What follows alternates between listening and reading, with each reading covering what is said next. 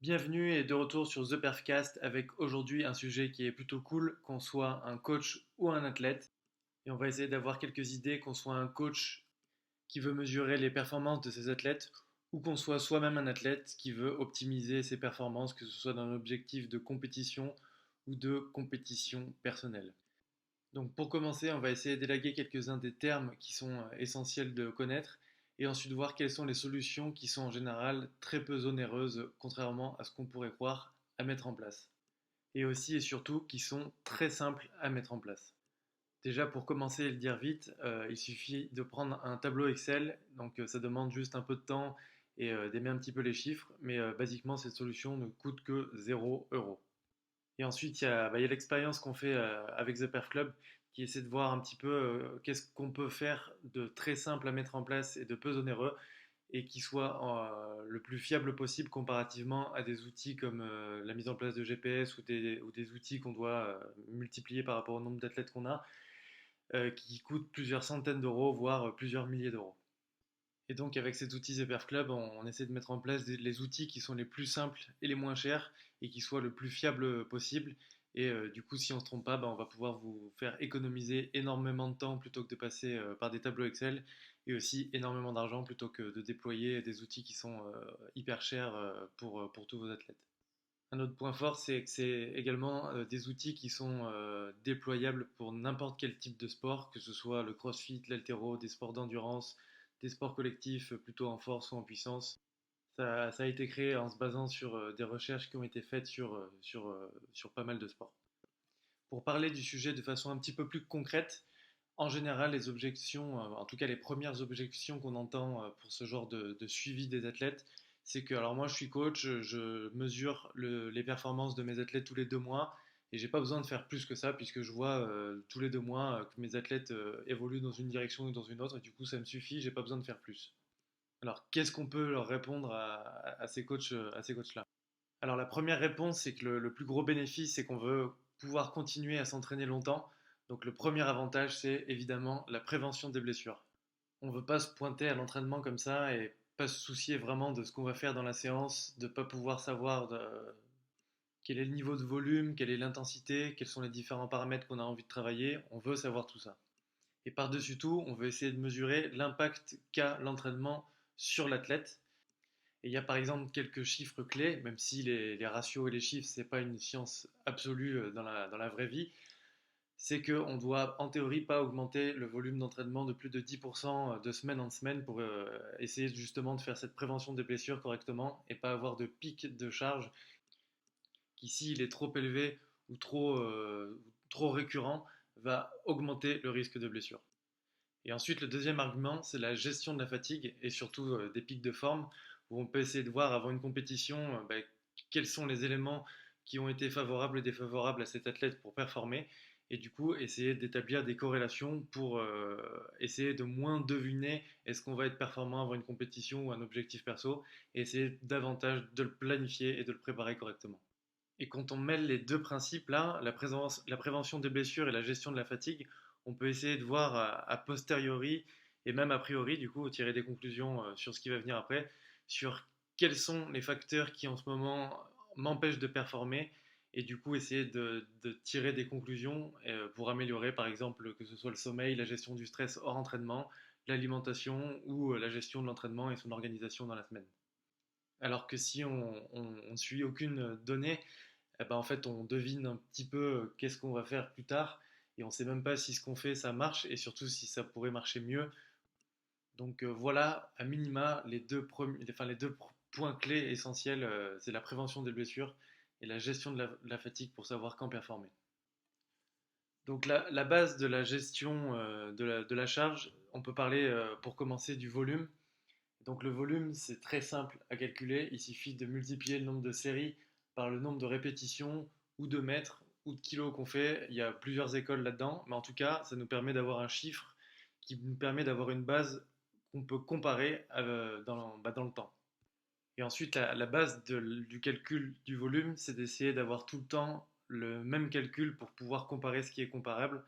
Et donc, un bon point de départ, c'est de commencer à prendre en compte les répétitions qu'on fait juste après l'échauffement. de sorte qu'on commence à calculer le volume toujours du même point de départ et qu'on puisse comparer ce qui est comparable pour pouvoir voir une variation cohérente.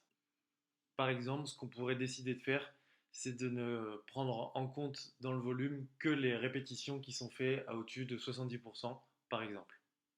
Évidemment, si vous faites du travail de puissance, vous allez avoir des poids peut-être plus légers, et donc prenez en compte les poids que vous utilisez, même s'ils sont plus légers, mais qui sont soulevés avec une intention d'intensité maximale. Prenez évidemment ça en compte, mais on ne va pas s'amuser à prendre en compte les séries qu'on fait à l'échauffement. Si vous comptez le volume que vous faites avec une barre à vide, la barre à vide n'a pas beaucoup d'effet sur votre système, et in fine, ce qu'on veut mesurer, c'est l'impact de l'entraînement et la fatigue qu'il crée sur le système du corps. Donc voilà, comme point de départ au suivi de la charge des athlètes, on peut prendre en compte le volume, qu'il soit exprimé en kilos, en nombre de répétitions ou en mètres, qu'importe ce qui est plus cohérent pour vous, et ce qui permet donc de mesurer la charge d'entraînement au sens large et du coup de pouvoir voir un petit peu les fluctuations qu'on va avoir pendant la saison et la préparation. Et pour illustrer l'utilisation, ça peut être par exemple l'athlète se sent particulièrement fatigué, tiens on va regarder le chiffre du tonnage, du nombre de kilomètres qu'on a fait dans la semaine ou autre, et du coup voir tiens ça c'est peut-être un plafond pour lequel on a besoin de travailler un petit peu plus longtemps, et du coup on va peut-être y revenir plus tard, mais en tout cas ça sera un seuil qui sera un petit peu le volume maximal tolérable vers lequel on va essayer de travailler et de dépasser par la suite. Et donc, ce qu'on peut commencer à faire, c'est enlever 5% ou 10% et du coup commencer à retravailler à partir de ce seuil-là qui sont plus tolérables. Et en parlant de baisse d'intensité, comme ça, on peut parler d'ailleurs de la décharge. On considère en général, bien sûr, après à vous d'ajuster, d'individualiser en fonction de comment vous voyez les choses, mais en principe, une réduction de 25% du volume d'entraînement pour une semaine de décharge semble être le standard qu'on retrouve le plus souvent. Et dit comme ça, c'est plutôt drastique, c'est peut-être même une plus grande réduction que ce qu'on a l'habitude de faire en général, où on en fait souvent un peu trop. Mais c'est aussi ce qui est cool avec le monitoring, c'est qu'on peut essayer des choses, et si elles ne marchent pas, on sait pourquoi, et on peut tirer des conclusions pour ajuster le tir. Mais si on fait aucun suivi, c'est quoi l'erreur? Qu'est-ce qu'on doit changer? On ne sait pas, donc on n'a plus qu'à deviner. Ceci étant dit, il y a plein de coachs qui ont beaucoup d'expérience et qui ont une super intuition, mais faut mieux pas s'estimer en général qu'on est parmi ceux-là. On va plutôt estimer qu'on est des coachs ou des athlètes qui ont besoin plus d'expérience et de développer notre intuition en utilisant plutôt des données qu'en utilisant notre talent qui doit toujours être développé. Et une question qu'on peut se poser aussi, c'est à quel point ces coachs-là qui se basent sur l'intuition, même s'ils ont plein de talent, c'est est-ce qu'ils pourraient pas être encore meilleurs en utilisant des outils qui leur permettent de mieux prédire la performance, de mieux gérer la prévention des blessures et de mieux gérer les pics de forme. Après le volume, on peut parler de l'intensité, qui est quand même un des aspects les plus importants à suivre également. Et donc l'intensité, il faut la prendre en compte parce que dans le volume total qu'on va faire, on va vouloir savoir quelle est la distribution de ce volume par rapport aux zones d'intensité et donc de répondre à la question est-ce que je travaille à haut volume à intensité plutôt modérée ou est-ce que je travaille avec un volume plutôt modéré lui et avec une intensité plutôt maximale. Et ça va aussi nous permettre d'améliorer notre approche de l'individualisation et de savoir entre un athlète A et un athlète B lequel tolère un seuil particulier de volume et également le seuil que l'athlète tolère en termes d'intensité. Certains répondent mieux à des intensités plus élevées alors que d'autres non. Et donc on a envie de savoir à quelles intensités on va faire la prescription et comment l'athlète va y répondre. Et là où ça devient encore un peu plus compliqué, ça va être au niveau des intensités relatives, où si je fais par exemple une série de squats de 5 reps à 85%, ce sera probablement proche d'une intensité maximale. Alors je dis bien probablement, puisqu'on peut avoir différents profils entre les athlètes, mais en tout cas c'est quelque chose qu'on va vouloir prendre en compte, et notamment avec par exemple des échelles de RPE, où il existe aussi des tables de correspondance qu'on peut trouver un peu à droite à gauche et qui ne sont pas une vérité absolue non plus, mais qui nous donnent là aussi des indications qui sont plutôt intéressantes pour essayer d'ajuster au mieux la prescription d'entraînement. Et donc, il ne faut jamais oublier que l'intensité relative est relative par rapport à elle-même, mais elle est aussi relative par rapport aux individus, où certains athlètes pourraient faire des séries peut-être de 6 ou 7 à 85%, alors que d'autres ne pourraient en faire que 4 ou 5. Et après le volume et l'intensité, on peut aussi parler d'un suivi un petit peu plus qualitatif qui est potentiellement un simple questionnaire où on peut poser des questions au quotidien à nos athlètes aussi simples que est-ce que tu as bien mangé en termes de quantité, en termes de timing et en termes de répartition, est-ce que j'ai bien mangé les macros, les nutriments, etc. Alors on n'est pas obligé d'aller aussi loin, mais on peut le faire. Donc même le niveau zéro, est-ce que j'ai bien mangé? Parce que certains, ils peuvent arriver avant une séance le ventre vide, et du coup, c'est ce qu'on voudra évidemment éviter. Enfin, on veut pas non plus arriver avec le ventre complètement rempli, mais en tout cas, manger correctement est évidemment un facteur de performance. Ensuite, on peut avoir aussi des données sur le sommeil. Est-ce que j'ai dormi suffisamment en qualité et en quantité? Est-ce que j'ai pas trop dormi aussi? On peut avoir déjà un feeling de ça. Au niveau de l'humeur, est-ce que je me sens de bonne humeur? Est-ce que j'ai envie de m'entraîner? Est-ce que je suis motivé? Ça va aussi impacter la performance et nous permettre d'ajuster les séances. Le niveau d'énergie et de courbature, si j'ai mal partout, forcément, même si je suis en super forme, que j'ai bien dormi, j'ai bien mangé et que je suis pas stressé, mais que j'ai des courbatures de partout, je vais peut-être pas faire la même séance que si j'en avais pas. Et finalement, le stress hors entraînement, qui est souvent négligé, et qui a un impact significatif sur les performances, puisqu'évidemment, un athlète, c'est pas qu'un athlète, c'est aussi un être humain, et du coup, il a une vie en dehors de l'entraînement. Il a peut-être des études, il a peut-être un travail, il a des relations, il a des interrelations avec les autres, avec ses amis, avec son conjoint, etc. Et du coup, ce sont des sources de stress qui peuvent aussi jouer sur la performance et pour lesquelles on va avoir des indications pour adapter l'entraînement et mieux connaître ses athlètes. Et en posant ces différentes questions et en ayant des attentes différentes aussi d'un point de vue de est-ce que l'athlète va y répondre correctement, par exemple sur le point de vue de la nutrition, ça peut être aussi simple que est-ce que tu as bien mangé ou est-ce que tu n'as pas bien mangé avant la séance, est-ce que le timing était bon, est-ce que tu as mangé les choses qu'il fallait avant ta séance, mais aussi ça peut être aller jusqu'à compter les calories et du coup de la même chose sur le sommeil, ça peut être le nombre d'heures. Si on a des outils qui permettent de traquer le sommeil, ça peut être aussi ces informations-là. Et on peut du coup mesurer aussi l'implication de l'athlète dans le processus d'entraînement et est-ce qu'il a envie de s'impliquer dedans à un différent niveau. Et du coup, ça va aussi nous donner des indications pour savoir comment individualiser l'entraînement. Et les résultats de ces questions qui sont relativement subjectives peuvent être hyper intéressantes quand on va essayer d'établir des corrélations entre les niveaux de contraintes physiques perçues qu'on a. Donc, c'est-à-dire, est-ce qu'on a fait un effort où c'était vraiment très difficile, VS c'était moins difficile, et essayer d'avoir des corrélations de est-ce que j'encaisse mieux des séances d'entraînement lorsque j'ai plus ou moins dormi, lorsque j'ai plus ou moins mangé, et peut-être s'apercevoir que quand on arrive le ventre vide avant une séance, eh ben, on a tendance à être complètement épuisé et pas réussir à encaisser la séance. Alors que quand on mange correctement et quand on fait évidemment attention à son hygiène de vie, eh ben, on va pouvoir encaisser plus facilement la charge d'entraînement. Et du coup, ce qui va être donc le plus cool et le plus intéressant, c'est d'individualiser ces paramètres-là pour voir quels sont les critères qui impactent plus cet athlète-là pour le mettre dans les prédispositions les plus favorables pour performer. Une objection qu'on entend souvent par rapport à ces questionnaires qui sont subjectifs, c'est que est-ce que les athlètes vont tricher? Alors les athlètes, est-ce qu'ils vont tricher? Il faut pas oublier que le coach, s'il demande de répondre à ces questions, c'est pas pour avoir une intrusion dans la vie ou quoi que ce soit, c'est pour vous éviter d'avoir des blessures et de mieux performer. Ils veulent pas entendre ce que vous croyez qu'ils ont envie d'entendre.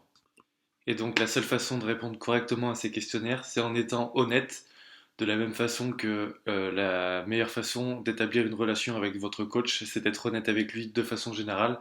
Et si vous commencez à lui mentir et à pas être honnête avec lui, vous ne serez de toute façon pas vers la bonne direction.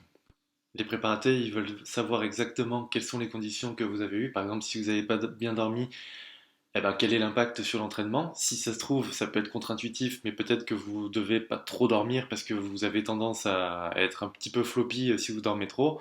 De la même façon, sur la nutrition, si vous arrivez le ventre vide et que vous performez mieux peut-être que si vous mangez trop, parce que c'est comme ça, c'est votre individualité qui fait que vous encaissez mieux la charge, bah, votre coach ne doit pas se mettre en colère contre ça. Vous devez être honnête et le but c'est d'établir des corrélations entre votre performance et votre hygiène de vie pour essayer d'améliorer votre capacité à performer, quoi.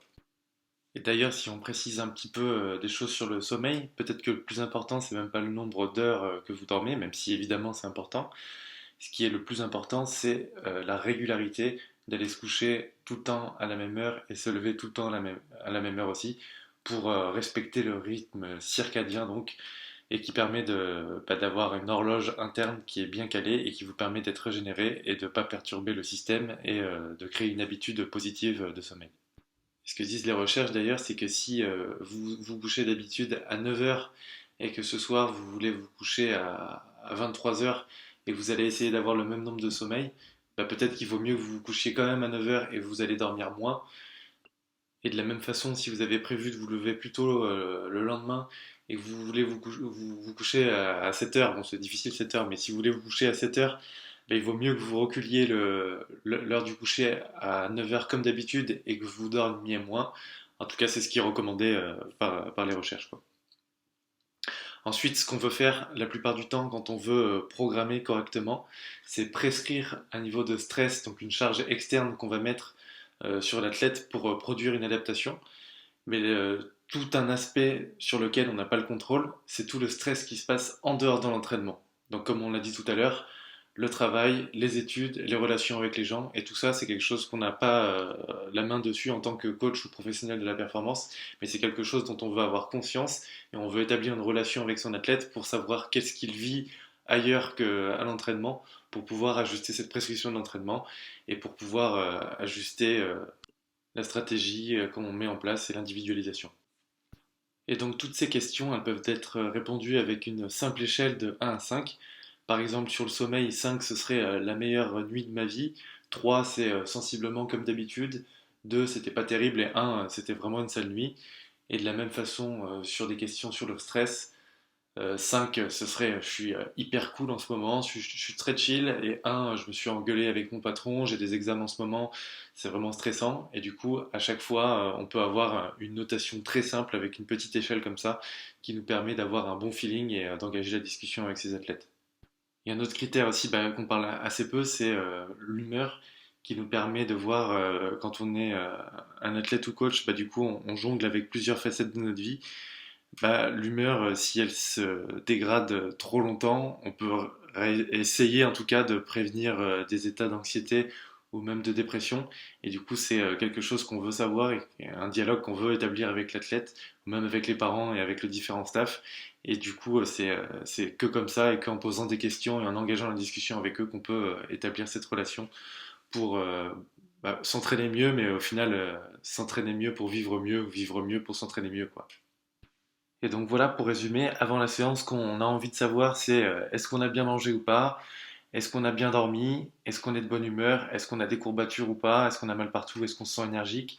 Et est-ce qu'on est stressé en ce moment? Et donc ça peut nous donner déjà une photo assez intéressante au quotidien pour pouvoir ajuster la charge d'entraînement et ne pas la suivre robotiquement.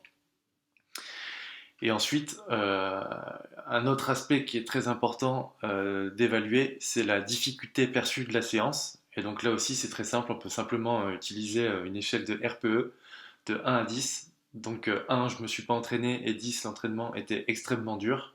Et avec ça, on peut réussir à essayer de mettre en corrélation l'intention qu'on avait dans la séance. Si l'intention de la séance était de faire une séance de récup et que l'athlète nous note la séance comme étant 8 ou 9, on peut se demander pourquoi et justement aller se tourner vers le questionnaire d'avant la séance, de savoir pourquoi il a eu autant de mal, est-ce qu'il a mal dormi, est-ce qu'il a mal mangé, etc.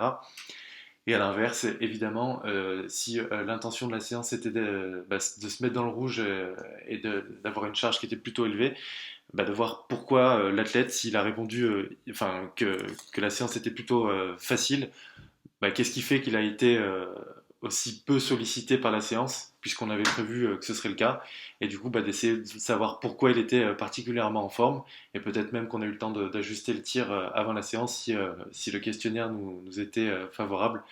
Et c'est comme ça donc qu'on peut ajuster les séances au quotidien et pas suivre robotiquement le programme parce qu'on a toujours des imprévus, que ce soit par rapport à la vie, aux blessures et aux différentes modalités de récupération qu'on a entre les séances. Et donc on veut ajuster les séances et pas les suivre robotiquement. Et pour revenir du coup sur CRPE, c'est aussi intéressant de voir des athlètes différents qui suivraient plus ou moins la même séance d'entraînement et de voir les différences de réponse au questionnaire et les différences de réponse à l'intensité perçue et de pouvoir comparer pour toujours faire un pas de plus vers une meilleure individualisation. Et quand on parle donc du suivi, du monitoring de la charge, ce qu'on peut établir comme mesure, donc on a parlé du volume, de l'intensité, on peut parler du tonnage, on peut parler de la distance totale, on peut parler de la durée de la séance. Tous ces paramètres-là vont nous aider à connaître la contrainte qu'on a voulu mettre sur l'athlète, donc la charge externe, et du coup, on peut établir des données qui sont plutôt très cool et intéressantes, typiquement mesurer la charge d'entraînement des différentes séances. Et quand on a établi donc la charge d'entraînement des différentes séances, on peut voir quelle est la variation de la charge d'entraînement entre les séances et du coup établir un score donc qu'on appelle la monotonie qui nous permet de savoir à quel degré on a suffisamment de variation avec des séances à intensité, à stress élevé en tout cas, et à stress plus faible pour susciter la récupération et éviter les blessures. Et du coup, grâce à ces outils-là, donc de contrainte et de monotonie, on peut réussir à éviter le sous-entraînement, le surentraînement et essayer d'avoir une meilleure organisation de l'entraînement dans la semaine avec des jours de récupération ou des jours plus légers adéquats entre les grosses séances.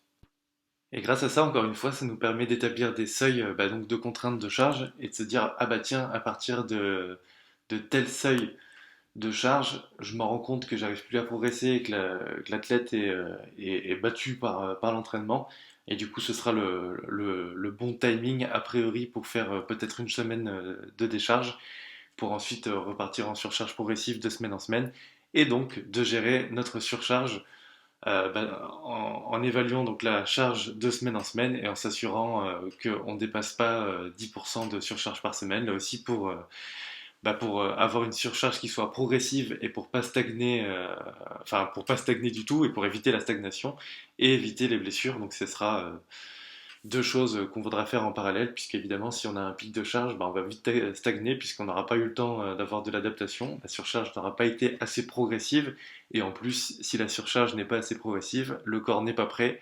Donc de une il stagne, mais de deux surtout on risque de se faire mal. Et quand on agrège un petit peu toutes ces données et qu'on fait peut-être une prise de recul sur une période un peu plus longue, on peut réussir à avoir des corrélations et des tendances, typiquement à quelle période un athlète a été particulièrement en forme et à quoi ça a été dû, s'il a fait une bonne performance par exemple, on peut voir s'il a bien dormi, s'il a bien mangé, s'il était peu stressé, etc. Et on peut du coup faire une rétrospective a posteriori de ce qui s'est passé et mieux connaître l'athlète et essayer de reproduire le schéma lorsqu'il a été positif et essayer de trouver une solution alternative lorsque le schéma a été négatif et que l'athlète a sous-performé et qu'il n'a pas été bon. Et du coup, c'est uniquement en essayant de suivre ces données qu'on peut tirer ces conclusions-là, répéter ce qui a été bien fait et essayer de changer ce qui a été mal fait. Et si on ne suit pas tout ça, encore une fois, hein, c'est un peu comme deviner quelque chose au doigt mouillé, quoi. Et d'un point de vue un petit peu plus pragmatique au quotidien, comment on peut utiliser ça?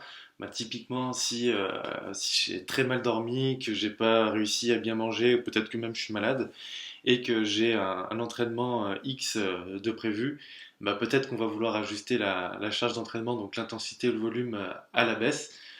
Parce que si on fait la séance comme prévu, on va se mettre dans le rouge et potentiellement on va pas réussir à récupérer correctement et ça va remettre en question la stratégie du microcycle, du mésocycle et du bloc d'entraînement. Alors que du coup, si on l'ajuste à la marge à chaque fois en fonction de comment on se sent, ça permet de préserver la stratégie long terme et du coup d'être beaucoup plus flexible et beaucoup plus agile dans l'entraînement qu'on met en place. Et en général, quand on est compétitif, même quand on se sent mal, on veut tout le temps faire l'entraînement, voire même faire plus. Mais c'est pas du tout ce qu'on doit faire. On doit vraiment avoir la bonne prescription d'entraînement par rapport au jour. C'est comme faire une overdose d'un médicament qui serait bénin. Si on en prend trop, on se sent pas bien. De la même façon que si on s'entraîne trop, on se sent pas bien. Et l'objectif, c'est d'avoir la bonne prescription par rapport à l'état de forme dans lequel on se trouve au jour le jour. Et c'est comme ça qu'on peut l'adapter en se faisant un petit suivi au quotidien, hein. Il suffit de 5 questions notées sur 5 et un RPE de session à la fin de la séance. Et on peut réussir à avoir tous ces indicateurs de façon facile et intuitive. Et ce qu'on peut s'amuser aussi à voir et qui est plutôt cool et intéressant, c'est les cycles de surcompensation.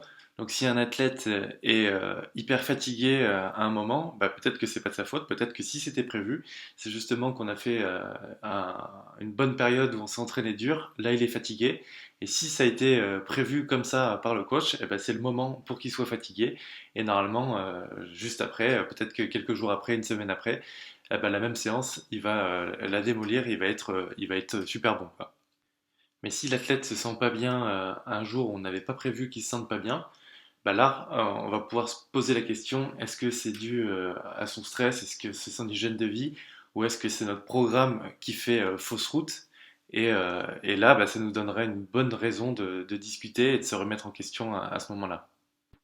Et même pour les coachs bah, qui peuvent écouter ce podcast, on est tous en train d'essayer de rassembler les connaissances qu'on a, l'expérience qu'on a, mais on peut jamais anticiper si le programme va marcher comme attendu parce que déjà ce qu'on maîtrise pas c'est l'athlète, sa vie en dehors de l'entraînement et du coup la meilleure chose qu'on peut faire c'est d'essayer de deviner en fonction de, voilà, de notre expérience qu'est-ce qui va qu'est-ce qui va le mieux marcher et ensuite de l'appliquer, de tester et ensuite de le remettre en question.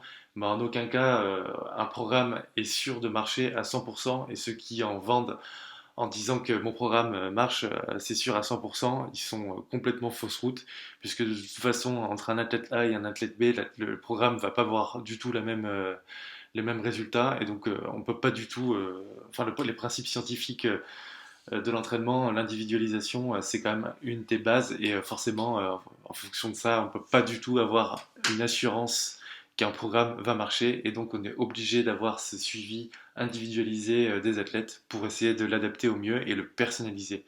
Un template sur Internet, ça ne vaut rien.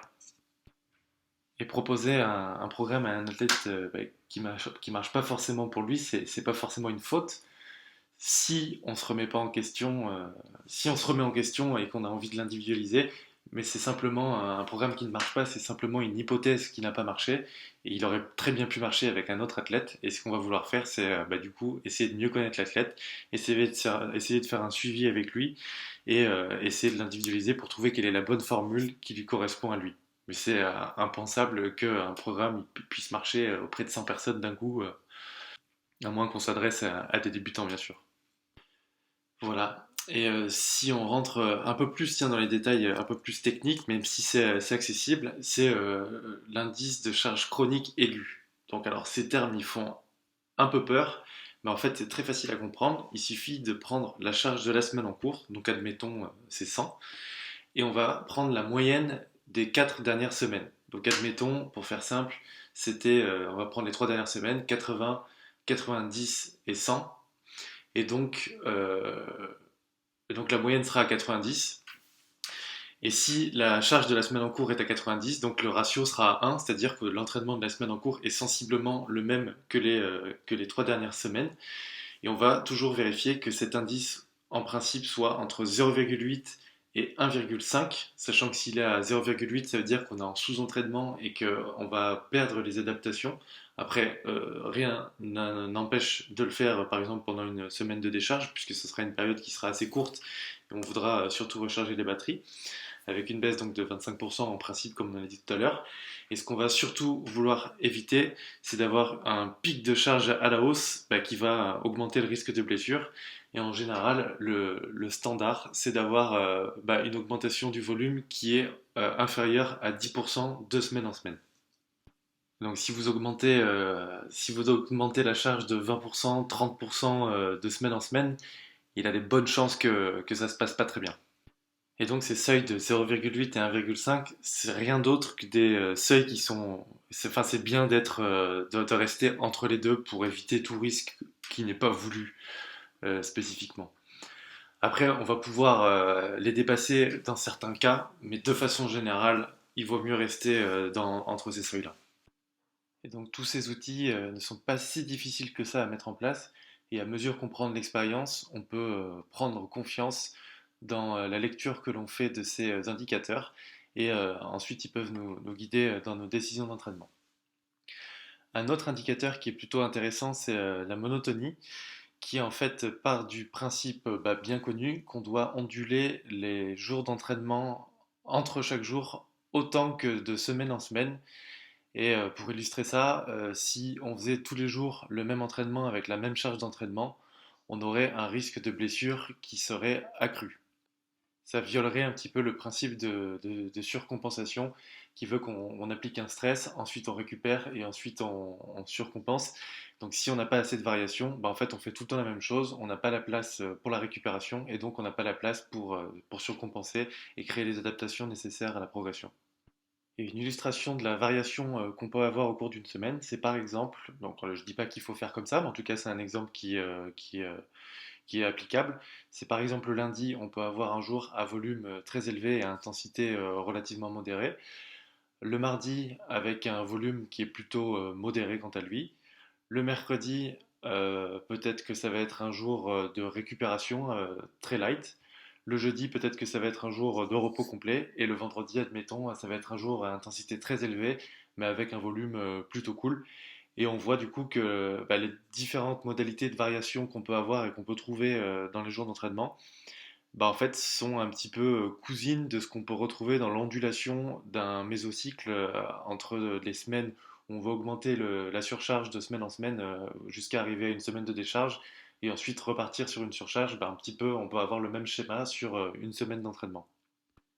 Et un autre aspect intéressant de la monotonie, alors je ne vais pas rentrer dans des détails pour les calculs à l'oral comme ça, mais en fait l'impact de la monotonie, c'est-à-dire qu'au plus la monotonie reflète une variété dans l'entraînement, au plus on va pouvoir tolérer la charge d'entraînement et donc la contrainte va être faible. C'est-à-dire que même si la charge est très élevée, si on a une très belle variation d'entraînement entre les jours d'entraînement et même entre les semaines, on va arriver à s'entraîner plus parce qu'on aura plus la place à la récupération entre les séances difficiles et donc on pourra mieux les assimiler et donc on pourra mieux encaisser une charge d'entraînement.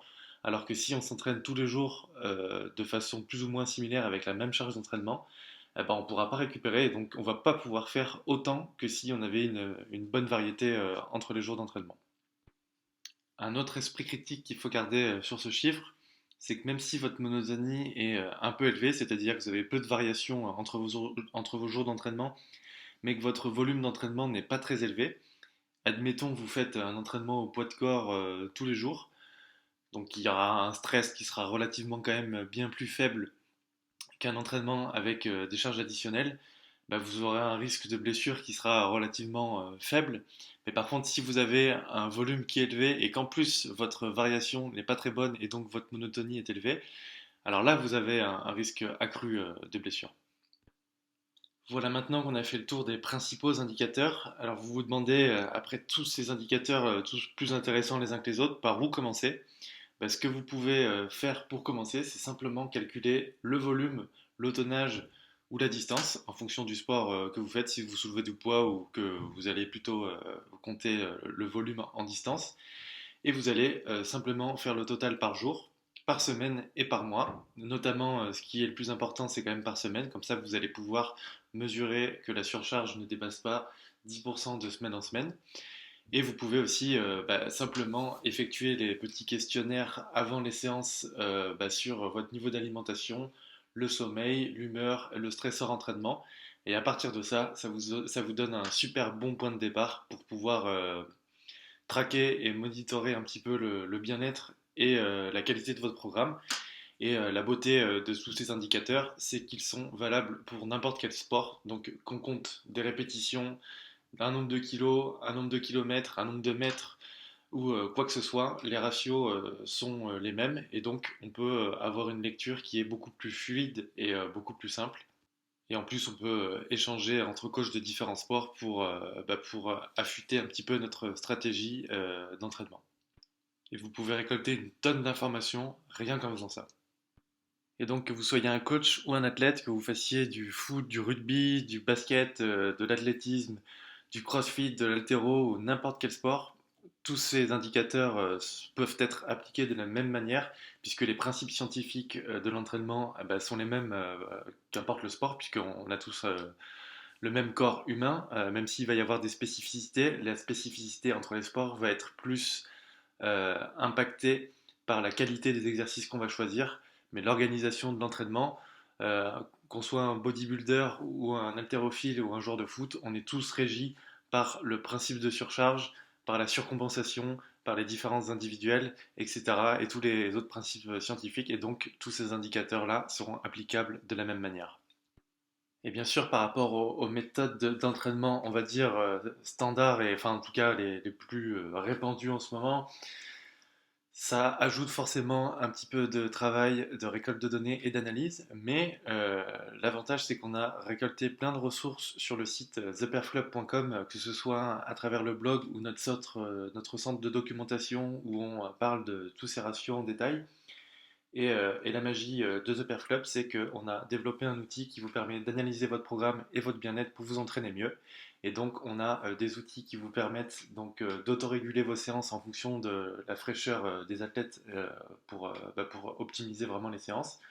En deux, on a aussi la possibilité de, autant que faire se peut, la prévention des blessures qui sont dues au surentraînement et au sous-entraînement, donc à l'aide des ratios qu'on vient de voir. Et on a aussi une meilleure gestion de la fatigue qui nous permet de prendre conscience qu'on est dans un bloc où on crée de la fatigue pour s'entraîner, pour progresser à moyen terme, ou qu'on est dans un bloc plutôt qui favorise la fraîcheur avant de faire une compétition ou un objectif perso. Et donc la seule chose que vous avez à faire avec cet outil, c'est simplement de rentrer vos exercices dedans, et tous les calculs sont faits automatiquement. Donc que ce soit les calculs de surcharge pour savoir si vous êtes en sous-entraînement, en entraînement optimal ou en surentraînement, pour savoir si votre variation est bonne et que vous avez suffisamment de variation pour susciter la récupération et éviter les blessures. Et vous avez tout un rapport sur votre hygiène de vie pour savoir qu'est-ce qui pêche le plus et quels sont les facteurs dans lesquels vous êtes les meilleurs en termes de sommeil, d'hydratation, d'alimentation, de stress, etc.